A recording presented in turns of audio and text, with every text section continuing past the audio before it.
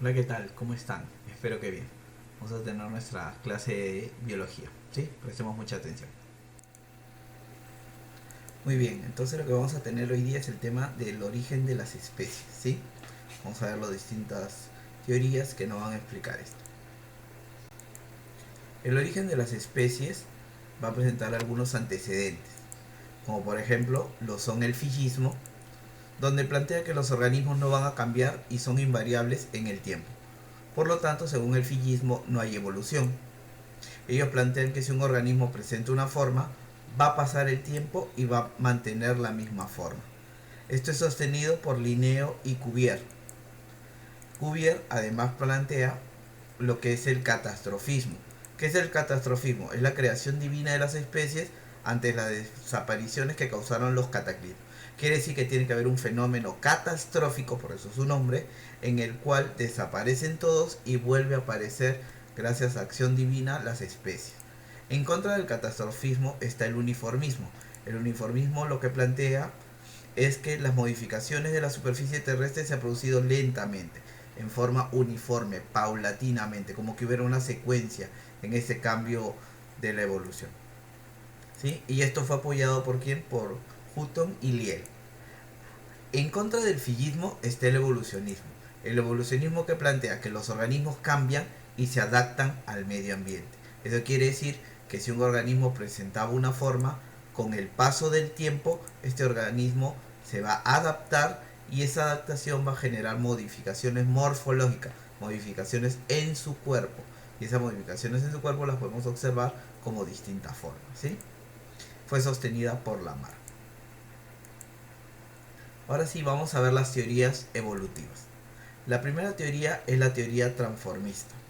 La teoría transformista, ahí vemos al autor, plantea que la teoría de la transformación de los caracteres adquiridos. Plantea, mira, la transformación de los caracteres adquiridos. Ahora vas a entender por qué. El autor es Lamarck, Jean-Baptiste Lamarck, ¿sí? En su libro Filosofía Zoológica, él explica el mecanismo, la herencia del rasgo adquirido. Profesor, ¿cómo es eso? Mira, él planteaba, Lamarck, acuérdate, Lamarck, transformismo, él planteaba que existían jirafas de cuello corto. Entonces las jirafas de cuello corto comían las hojas bajitas.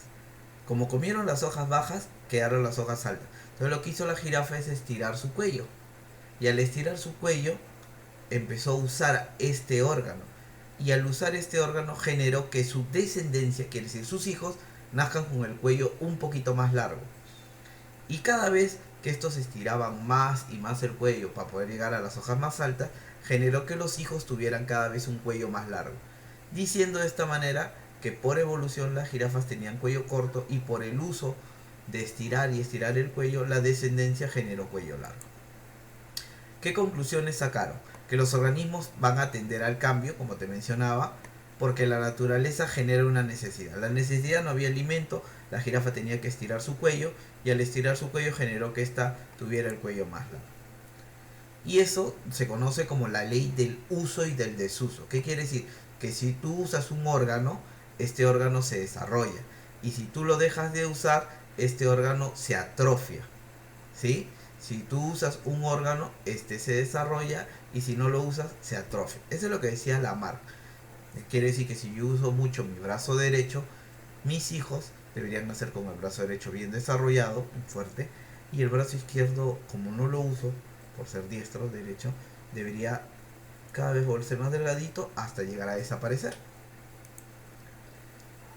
Él también plantea la heredabilidad del rasgo adquirido. Quiere decir que si yo tengo un rasgo, inmediatamente lo heredo a mis hijos. Lo voy a transmitir de manera inmediata.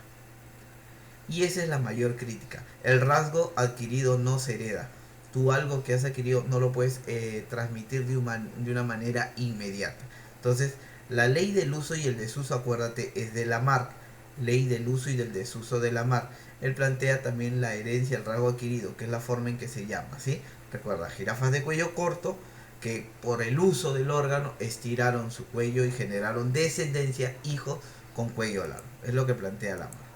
La segunda teoría es la teoría de la selección natural, que es planteada por Darwin y Wallace.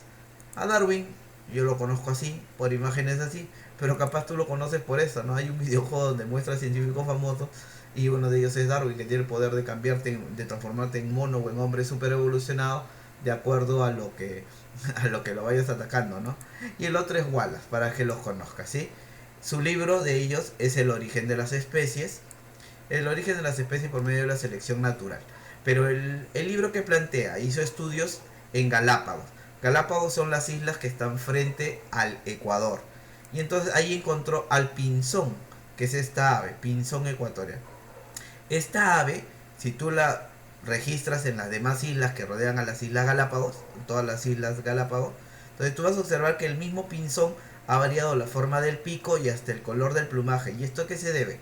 A los microclimas, a los tipos de alimentación que tienen estas aves en cada una de estas islas.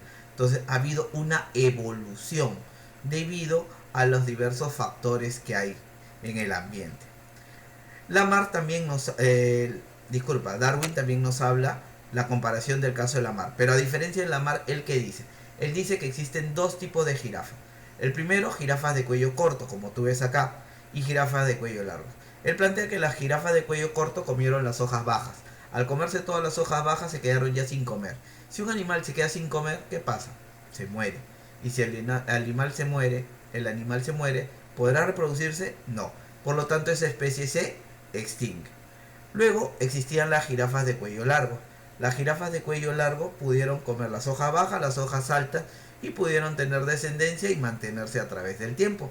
Entonces, por eso que existen las jirafas de cuello largo. ¿Qué conclusiones tiene Darwin por medio de la teoría de la selección natural? Primero, que había una alta tasa reproductiva, que eso lo platico, lo obtiene de Malthus. Malthus que dice que Malthus dice que la población crece en proporción geométrica. ¿Qué quiere decir? Que no, las poblaciones se multiplican. O sea, habían 2, luego hay 4, luego 8, 16, 32, 64 y así. Siempre multiplicándose por 2 en proporción geométrica. Mientras que los recursos alimenticios es en progresión aritmética. Hay 1, luego hay 2, luego hay 3, luego hay 4, luego hay 5. Entonces siempre va a faltar alimento. Va a haber una pugna ahí por eso, por el alimento. Ahora, va a haber gran variabilidad de la descendencia. Debido a que hay una mezcla y un cruce, va a haber variabilidad. No existen organismos igualitos, idénticos no existen en este caso. Supervivencia del más ventajoso. Del más ventajoso, aquel que presente mayor fuerza, aquel que presente mayor habilidad, aquel que se camufle mejor en el ambiente, va a evitar que sea comido por otro animal y este animal va a seguir existiendo. Aquellos que se adaptan a climas áridos, entonces van a tener una ventaja. Pero en la traducción, Spencer traduce esa ventaja como apto. Por eso no decimos la supervivencia del más apto. Sí, pero Darwin lo que mencionó era la supervivencia del más ventajoso. El término apto se lo debemos a Spencer. También mencionamos que los más aptos van a generar nueva descendencia. Claro, porque si un organismo, un animal, es más apto, él es el que va a poder tener descendencia y vamos a tener hijos de esta generación más apta. Ahora, ¿esto por qué se va a dar? Porque las características ventajosas se van a acumular en el tiempo, generando que esto permita una evolución gradualista, que gradualmente nos vayamos evolucionando y vayamos teniendo cambios. Entonces, ¿qué es evolución hasta acá? La evolución son los cambios que se dan a través del tiempo. Entonces, esos cambios que se van a dar a través del tiempo va a ser en forma gradual. Por eso que se considera a Charles Darwin el padre de la evolución. ¿Por qué? Porque es el que mejor explica hasta estos momentos la evolución. Es el que tiene más lúcida la idea de cómo es que los organismos han ido evolucionando. Cambios que se van, características que se van acumulando en el tiempo para generar una evolución gradual. Cambios a través del tiempo. Definición de evolución. ¿Sí? Recuerda, Charles Darwin. Ahí lo tienes, puedes buscarlo capaz en el jueguito. La tercera teoría que vamos a ver, que es la teoría de la mutación. La teoría de la mutación, el autor es Hugo de Vries, o Bryce, como lo quieras decir. Ahí lo tienes al representante. Él en su libro La teoría de la mutación, él plantea que por un mecanismo de mutaciones se obtiene la evolución. Por si acaso, ¿qué es mutación? Mutación va a ser todo cambio que se va a encontrar en el ADN, en el material genético. Entonces, cuando hay un cambio en el ADN, eso se llama mutación. ¿Sí? Él estudió una planta que se llama Oenotera, la Oenotera lata, Oenotera nanella, y el que descubrió que estas eran las especies normales, las que siempre existían, pero de pronto apareció una nueva especie mutante que tuvo un cambio brusco en corto tiempo. Entonces él atribuye que este cambio evolutivo es por una mutación, y esta mutación genera cambios bruscos en corto tiempo, ¿sí? Sus conclusiones fueron, para él, que las mutaciones eran la materia prima de la evolución. Quiere decir que toda la evolución se debe a mutaciones. También menciona que las mutaciones van a ocurrir al azar, generando nuevas especies. Él manifiesta que la mutación es al azar, es rápida y brusca. Cambio brusco en corto tiempo. Rápida, al azar y brusca, ¿sí? Él también plantea que toda mutación es benéfica. Ahí está el error de Hugo de Bryce o de Bries. Plantea que toda mutación es benéfica. Y la mayor crítica que recibe es que no toda mutación es benéfica, porque hay mutaciones a nivel del ADN que nos provocan enfermedades. Hay tipos de enfermedades por culpa de esa mutación puntual en el ADN. Entonces no toda mutación es benéfica. Ahí te ve un pequeño percance. Ahora, ¿qué es lo importante de Hugo de Bries o de Bryce? Que él redescubre las leyes de Mendel. Gregor Mendel, que es el padre de la genética, sus leyes nadie las había considerado, hasta que Hugo de Bries las toma en cuenta y las utiliza para explicar su teoría de la mutación, su teoría evolutiva que incluye a la mutación, ¿sí? Y por último, tenemos la teoría que recoge lo mejor de todo, por eso se llama sintética, porque es una síntesis, o también llamado neodarwinismo, porque el que más estuvo enfocado en dar una definición correcta de esto es Charles Darwin. Entonces por eso se llama neodarwinismo en honor a él. El autor es Don Sansky, que ahí lo tienes para que lo conozca. Él en su libro La genética y el origen de las especies nos explica un poquito de la genética de las poblaciones. ¿Cómo es esto, profesor?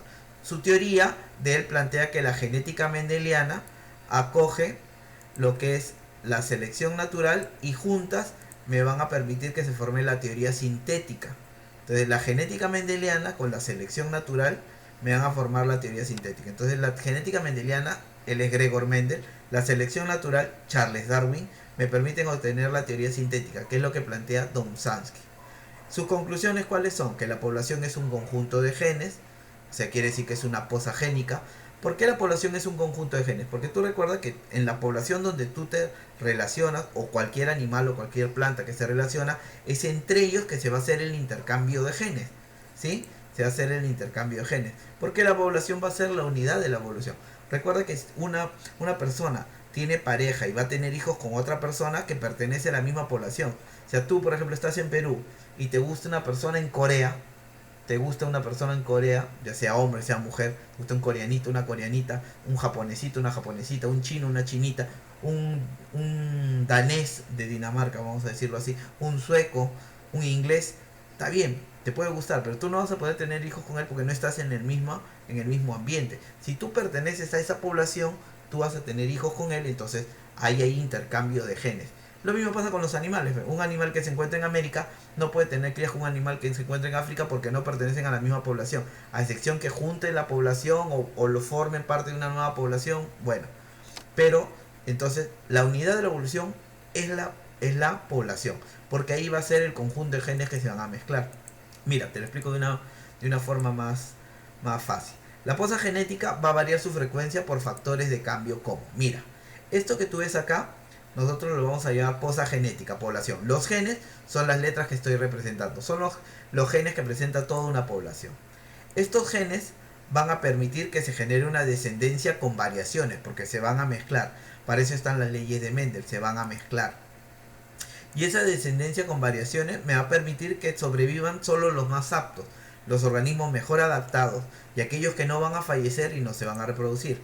Ahora, profesor, ¿cómo se dio esa descendencia con variaciones? Los factores que producen esa variación son, primero, la mutación, porque hay mutaciones que sí se van a dar. La recombinación genética, el intercambio de la información genética, la deriva genética, la migración y el aislamiento geográfico. Algunos animales u organismos vivos que están aislados geográficamente, no tienen relación con nadie más, migran, que intercambian de un lugar a otro, ¿sí?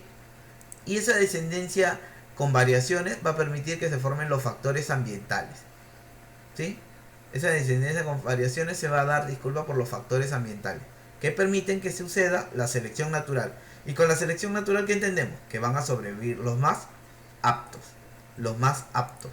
Entonces, vamos a tener que la teoría sintética o neodarwinismo va a recoger lo mejor de Darwin, lo mejor de Mendel y la genética moderna, incluyendo factores como la mutación, que lo mencionaba Hugo de Bryce. Entonces, el neodarwinismo, teoría sintética, recoge lo mejor de todo. Recuerda, hemos visto 4 teorías, ¿sí? 4 teorías. La primera, la teoría de la ley del uso y del desuso de Lamarck, ¿sí? Que si tú usas un órgano, este órgano se desarrolla y si no lo usas se atrofia. La segunda teoría es la selección natural generada por Charles Darwin, padre de la evolución, ¿recuerdas? Padre de la evolución. La tercera teoría es la teoría de la mutación planteada por Hugo de Bryce. Y la cuarta teoría es el neodarwinismo, teoría sintética de Don Sansky, que recoge lo mejor de todos, ¿sí? Entonces, hasta ahí tenemos lo de la clase, chicos. Bueno, espero que la clase les haya gustado, ¿sí? Recuerda, yo me quedo en casa, ¿sí? Nos vemos, chicos. Bendiciones, cuídense.